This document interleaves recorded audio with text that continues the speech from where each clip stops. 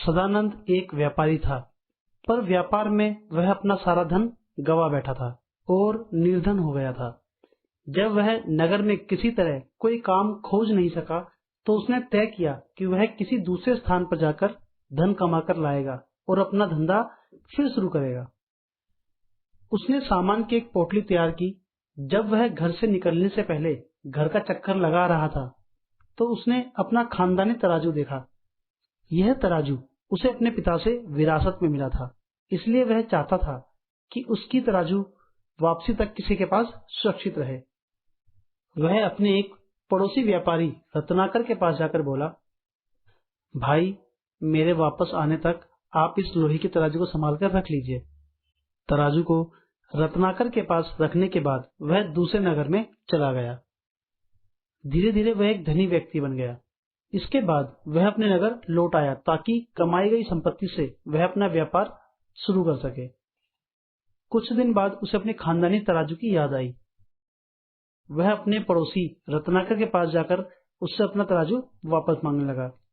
ओह अच्छा, वह लोहे का तराजू, माफ करना दोस्त, वह तो मैं वापस नहीं कर सकता, उसे तो चूहे कुतर गए।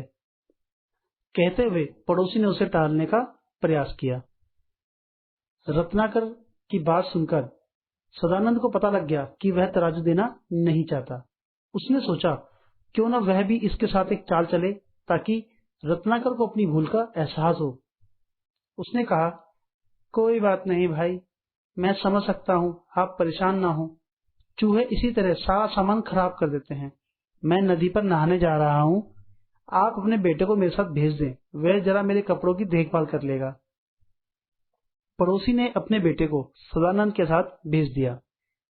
जब सदानंद नहाकर आया तो उसने लड़के को कुछ समय के लिए नदी के पास ही पेड़ के पीछे छुपा दिया।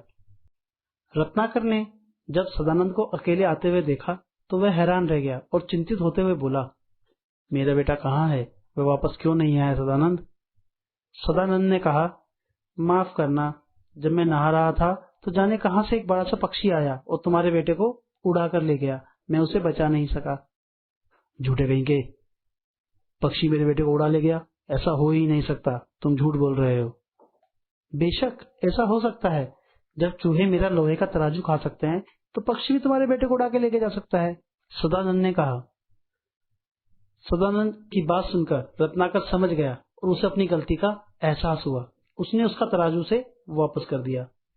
सदानंद ने भी पड़ोसी के बेटा सही सलामत लाकर दे दिया। दोनों ने एक दूसरे को माफ कर दिया और अब शांति से रहने लगे। इस कहानी से हमें यह सीख मिलती है कि अगर कोई हमें कोई भी सामान किसी विश्वास के साथ देता है तो हमें उसका विश्वास नहीं तोड़ना चाहिए।